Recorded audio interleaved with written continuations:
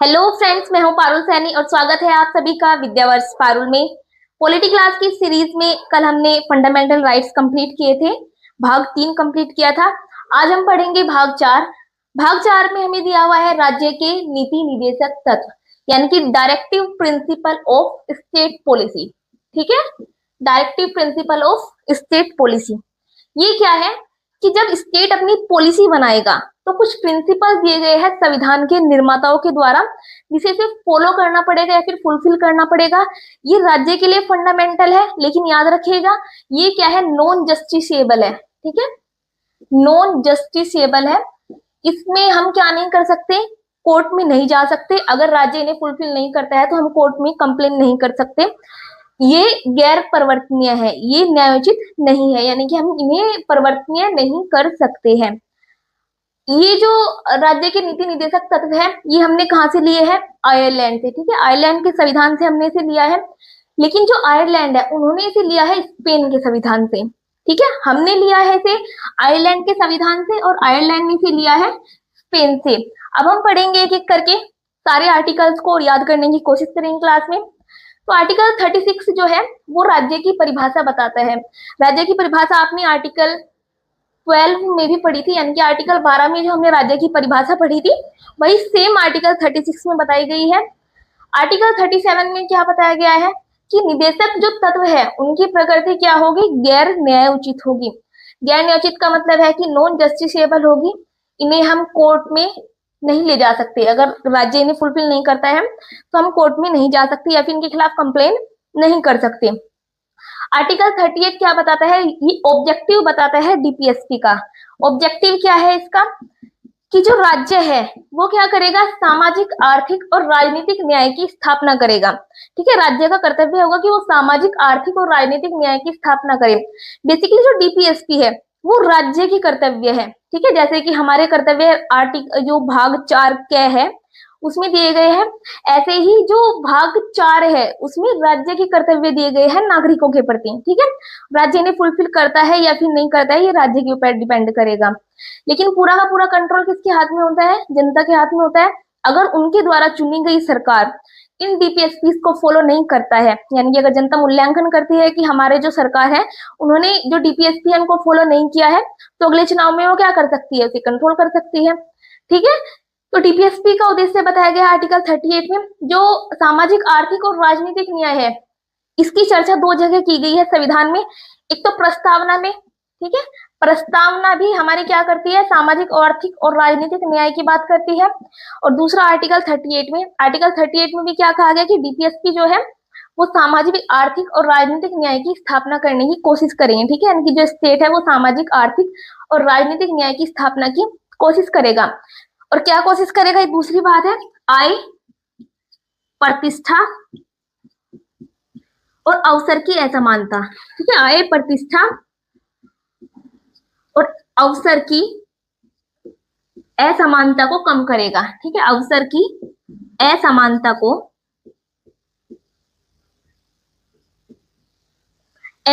को कम करने की कोशिश करेगा। आर्टिकल 39 में क्या कहा गया है, राज्य द्वारा अनुसरणीय कुछ नीति तत्व, यानी कि कुछ नीति के तत्व होंगे जो राज्य द्वारा अनुसरणीय होंगे।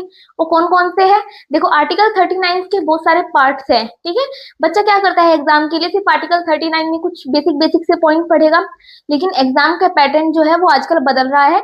आपको पता होना चाहिए कि आर्टिकल 39 ए, बी, सी और डी में क्या क्या है। ठीक है, तो आर्टिकल 39 ए में हमें बताया गया है कि जो पुरुष है और जो स्त्री है उनको आजीविका के समान अधिकार होना चाहिए। ठीक है, ऐसा नहीं है कि केवल पुरुष ही कमा सकता है या फिर केवल स्त्री कमा सकती है।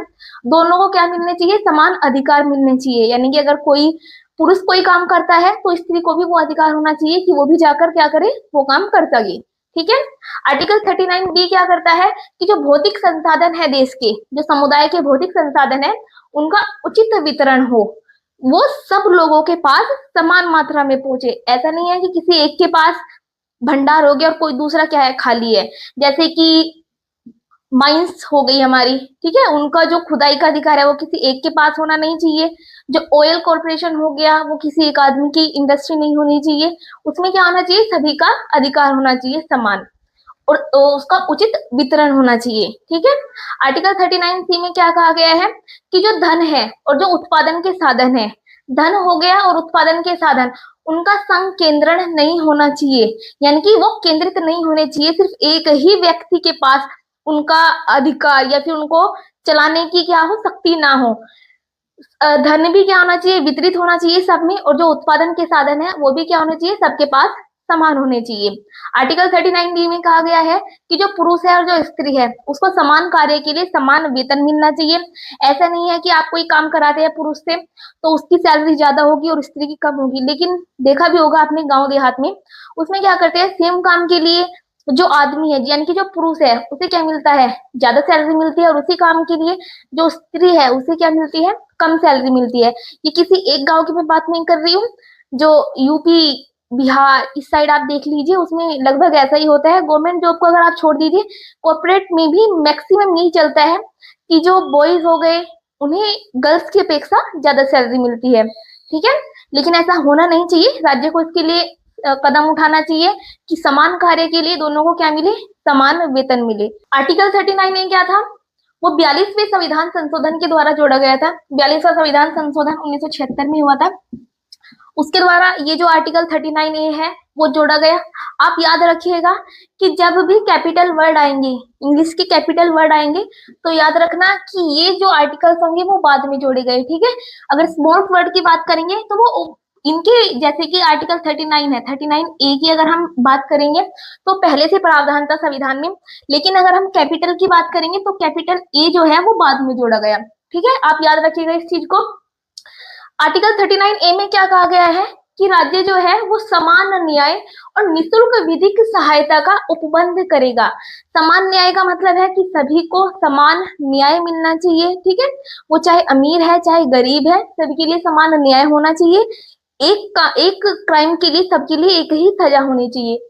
और निःशुल्क विधिक सहायता का मतलब है अगर कोई आदमी अपना वकील अफोर्ड नहीं कर पा रहा है तो सरकार का या फिर राज्य का कर्तव्य होगा कि वो उसे निःशुल्क विधिक सहायता का उपबंध करे, यानी कि उसे फ्री में जो वकील है सरकारी वो प्रोवाइड कराए। ठीक है। आर्टिकल 40 क्या बात करता है, ग्राम पंचायतों का संगठन। मोस्ट इंपोर्टेंट आर्टिकल है आर्टिकल 40। आर्टिकल 40 में ग्राम पंचायतों का संगठन दिया गया है कि ग्राम पंचायतें है वो किस प्रकार की होनी चाहिए। ग्राम पंचायतों का जो उपबंध है वो भाग 9 में भी है। ठीक है, जो संविधान का भाग 9 है उसमें भी क्या कहा गया है ग्राम पंचायतों के बारे में। इसमें आर्टिकल 243 है, और ये जो भाग 9 है ये भी क्या हुआ था, संविधान में बाद में जोड़ा गया था। ये कौन सा कॉन्स्टिट्यूशनल अमेंडमेंट था, 73rd। ठीक है, 73वें संविधान संशोधन द्वारा 1992 में भाग 9 को जोड़ा गया था। आर्टिकल 40 और भाग 9 दोनों ग्राम पंचायतों का प्रावधान करते हैं। आर्टिकल 41 की अगर हम बात करेंगे, आर्टिकल 41 में क्या है कि कुछ दशाओं में लोक सहायता पाने का अधिकार होगा नागरिकों को। और वे कुछ दशाएं कौन कौन सी होंगी, आपके पास कोई काम नहीं है, ठीक है, काम नहीं है, बुढ़ापा है या फिर बीमारी है, उसमें क्या होगा, आपको बुढ़ापा है या फिर बीमारी है उसमें आपको लोक सहायता पाने का अधिकार होगा। आर्टिकल 42 क्या बात करता है कि कार्य की जो दशाएं है वो क्या होनी चाहिए, वो न्याय संगत होनी चाहिए और मानव के द्वारा उचित होनी चाहिए। यानी कि ऐसा नहीं है कि आप भीषण गर्मी में या फिर भीषण सर्दी में किसी से काम करवाओ, हालांकि ऐसा होता है, लेकिन राज्य को प्रयास करना चाहिए कि जो दशाएं है यानी कि जो वातावरण है काम करने का वो न्याय संगत हो और मानव के लिए उचित हो। और प्रसूति सहायता का उपबंध, आपने देखा होगा कि जो एम्बुलेंस चलती है 102 नंबर की जो एम्बुलेंस चलती है वो प्रेग्नेंट लेडी के लिए चलती है, तो वो आर्टिकल 42 में ही बताया गया है कि राज्य क्या करेगा, प्रसूति सहायता का उपबंध कराएगा। आर्टिकल 43 में क्या कहा गया है कि जो कर्मकार होंगे यानी कि जो काम करने वाले होंगे उनके लिए निर्वाह मजदूरी और कुटीर उद्योगों का क्या होना चाहिए, विकास होना चाहिए, यानी कि उनके निर्वाह योग्य, जीवन यापन योग्य जो मजदूरी है वो होनी चाहिए।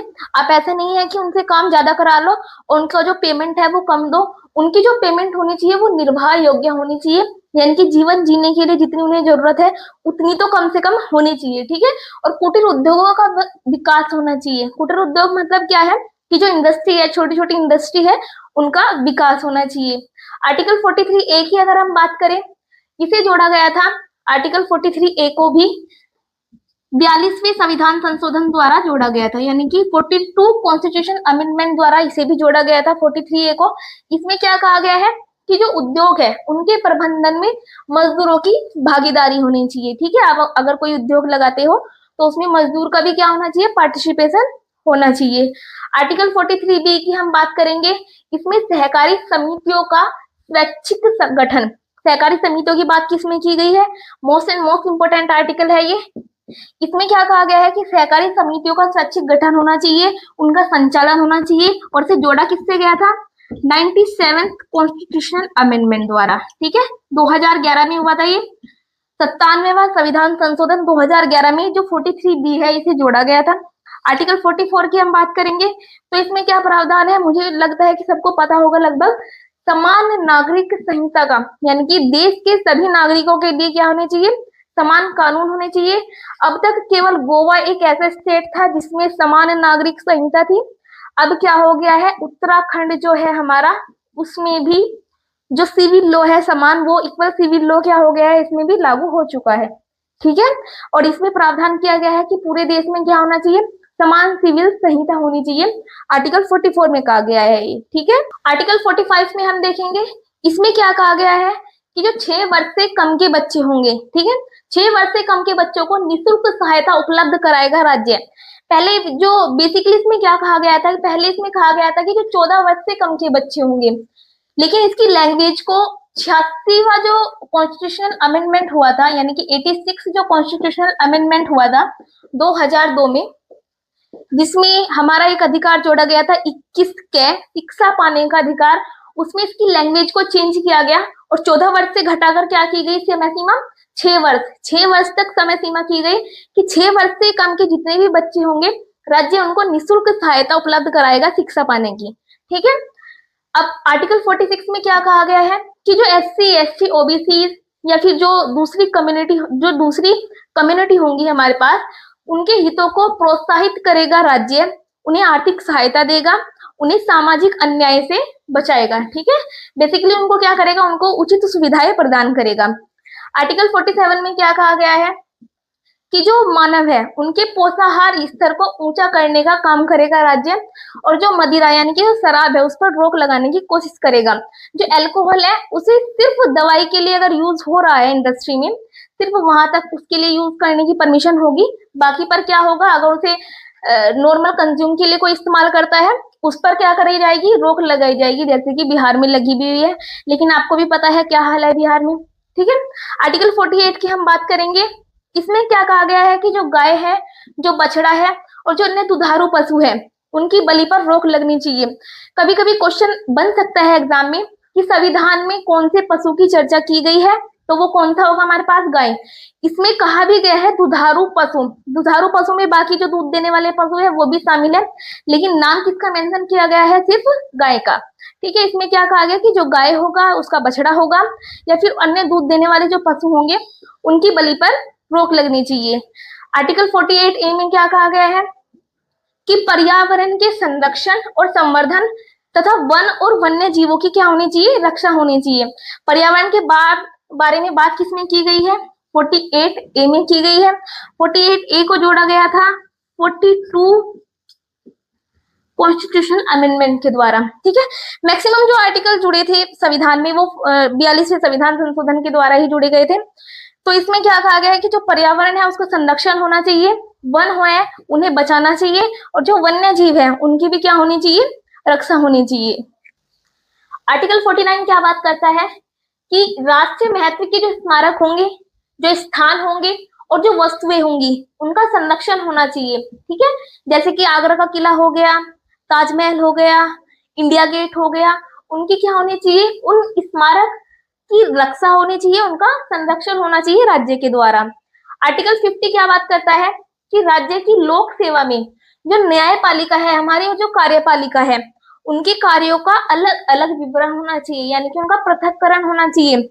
ना तो न्यायपालिका कार्यपालिका के कार्य में हस्तक्षेप करे और ना ही कार्यपालिका न्यायपालिका के कार्य में, दोनों के कार्य क्या होने चाहिए, अलग अलग होने चाहिए, ओवरलैप नहीं करने चाहिए। ठीक है, आर्टिकल 51 क्या बात करता है कि जो अंतरराष्ट्रीय शांति है और जो सुरक्षा है उसकी अभिवृद्धि की जानी चाहिए, यानी कि हमेशा अंतर्राष्ट्रीय शांति को बनाए रखना चाहिए। जो हमारे इंटरनेशनल पीस है उसे बनाए रखना चाहिए और उसकी सुरक्षा की अभिवृद्धि करनी चाहिए, हमेशा उसे बढ़ाने की कोशिश करनी चाहिए। यहाँ तक थे हमारे टोटल डीपीएसपी आर्टिकल 51 तक। ठीक है, मुझे लगता है कि आपको ये समझ में आए होंगे। अगर समझ में ना आए हो तो प्लीज वीडियो को दोबारा से रिवाइज कर लीजिएगा, क्योंकि बहुत इंपॉर्टेंट है ये एग्जाम्स के लिए। जो मैंने आपको आर्टिकल 39A या फिर 39B बताया था वो भी मोस्ट इंपॉर्टेंट है एग्जाम्स के लिए। आपको ये पूरे के पूरे याद कराने की मैंने कोशिश की, लेकिन अगर याद ना हुए हो तो दोबारा से एक बार वीडियो को देख लीजिएगा। अगर आपको वीडियो पसंद आई हो तो लाइक कीजिएगा, शेयर कीजिएगा और चैनल को सब्सक्राइब कीजिएगा। धन्यवाद।